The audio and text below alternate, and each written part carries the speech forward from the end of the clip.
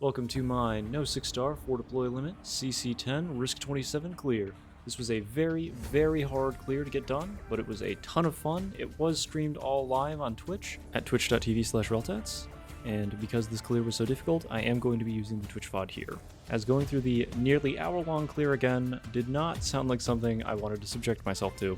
For the risks, it will be faster to explain the risks I didn't take rather than the ones I did, because we're taking almost everything. I did not give Manfred any attack buffs, because RNG gating his phase change was really annoying. I died multiple times to his random drone attacks, just killing my healers. Theoretically, this clear is possible to do 28, maybe even 29.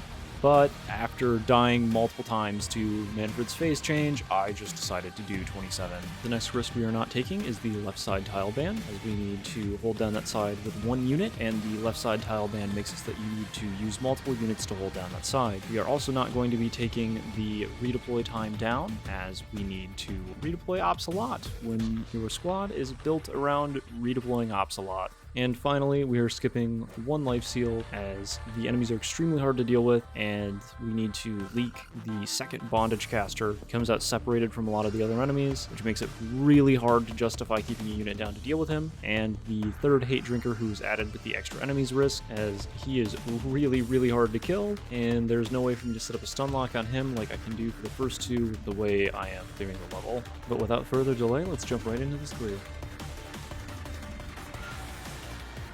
To start off, I'll be doing a delayed Kanta deployment. This is because I need to ensure she can kill the first trash mob, as she will only be able to do this during her skill. I use the red enemy path progress to get a feel for the timing here.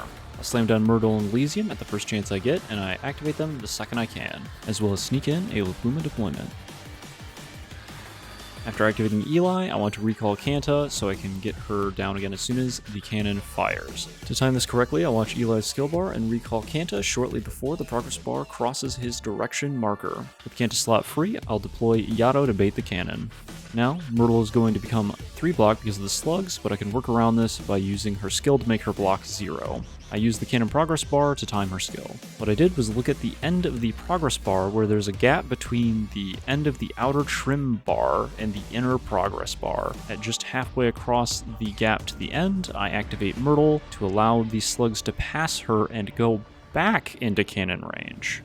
The next trick, I'll be recalling Yato after the cannon fires, but before it kills her. At 1x speed, there is only a single frame this is possible. However, by clicking on Yato and running the game in bullet time, I can extend this window to a few frames. A lot of rapid unpausing and pausing to check if it was time yet was required. The timing for this is after the small outer bars on the cannon progress bar have moved. Recalling just when the triangle has turned red, but before the bars have moved, will result in the cannon shooting someone else. With Yato safely back at base, I'll deploy Kanta to generate a little more DP, because DP down 3 hurts, and I need to bait the bondage caster so that it doesn't kill Lupuma. Since Eli is no longer blocking, I'll activate him now as well. I'll wait until the last possible moment to recall Kanta and activate Lupuma to kill the trash mobs, and deploy Shamir to make sure no one is venting. After one final Myrtle activation, I'll recall her and deploy Neural to bait the next cannon shot into a favorable spot. The order I use my defenders is important, as I want to have Neural ready to deploy at a specific time later. Eli gets his final activation in, and I'll deploy the first of our 2 leads for this week's episode of Hell's Kitchen, Liskarm. Being on a steam tile, it won't matter how high her block gets, the cannon will not be able to target her directly. Now, only having 4 deploy slots makes things a bit of a pain. To ensure Liskarm survives until I am ready to deploy a healer for her, we are going to deploy a Shamir doll on her. The timing here again is fairly tight, as we need to deploy the doll for Lupluma's next skill activation, but if we place the doll too early on Liskarm, Liskarm will still be in danger. I used Lupluma's skill charge to track this and waited for Lupluma to reach 8 SP before placing the doll. The painfully tight timing windows just don't stop though. Next up is another cannon recall of Neural. Once again, I'll be using bullet time to give myself more than 1 frame to work with. After Neural has left the party, I'll deploy Perfumer to keep Lisky alive. Lupluma activates her skill, and Morte drops to ensure we can kill the bondage caster.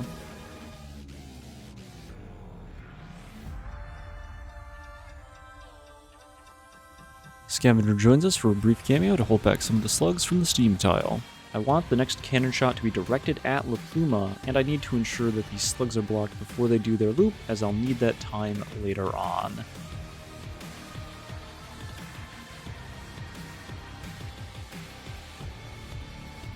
Just before the second bondage caster spawns to ruin our carefully laid plans, I'll recall Scav and deploy Yato to do a little trolling. The timing here is hellishly annoying, as we need to block the slugs on the same steam tile again before their loot. There isn't a super great marker I can use, and I have to feel out the timing to briefly after the enemy path for the bondage caster touches the blue box. Luckily, the bondage caster here can use his bind as soon as he spawns, so as soon as we see him start the bind animation, I'll recall Yato and put down Gummy to hold back the slugs once again. The reason it's important to use the steam tile again is this will prevent Manfred from attacking Gummy. After I see the hate drinker start to move, I'll recall Gummy and finally let the slugs depart on their journey. Now it is time to offer a blood sacrifice to one of the hate drinkers. This specifically has to be a 1-block unit so that only one hate drinker attacks. I'm doing this to sync the movements of the hate drinkers so that they are almost perfectly aligned. This will make more sense soon. Unfortunately, this is a required sacrifice, as a recall may not align them as cleanly. With their bloodless sated, I'll do another cannon recall on La Pluma.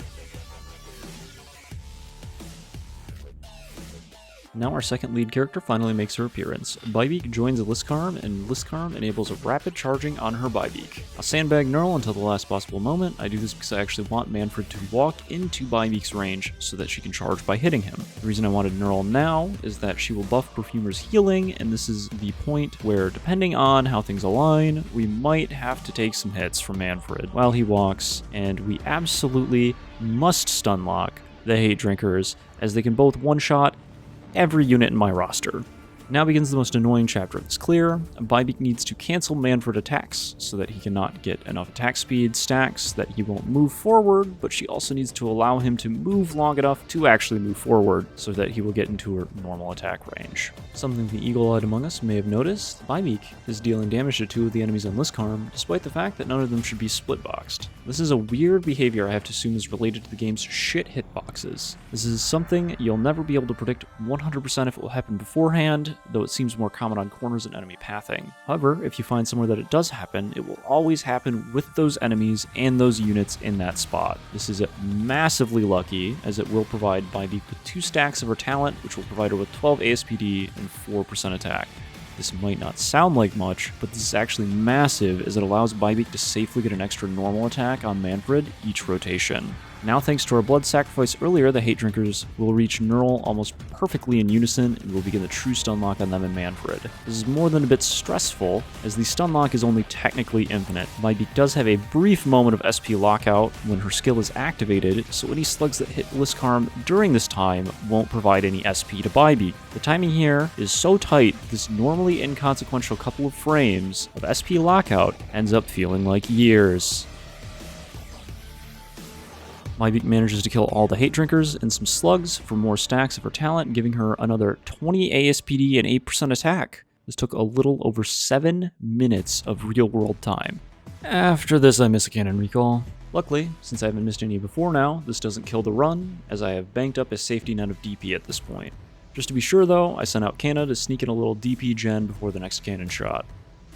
Once we're in danger of triggering Manfred's phase change, I'll recall Kanta and deploy Gummy as cannon and Manfred drone bait. Manfred's phase change begins almost 12 minutes into the stun lock. Manfred rapidly charges the cannon, so I have to do another cannon recall on Gummy. I get a little greedy and place Scav as the next cannon bait in hopes to generate even more DP with her before the next cannon shot. This was almost certainly not necessary, but hey, gotta live life on the edge. Luckily, I'm not punished, and Scav survives the phase change. Unfortunately, not placing a body really wasn't an option, since I needed a third target for Manfred's random attacks, as Liskarm can't be hit by them, and losing either Bibeak or Perfumer is an immediate game over. After the longest invulnerability phase in the history of Arknights, we'll be able to resume the stun lock on Manfred.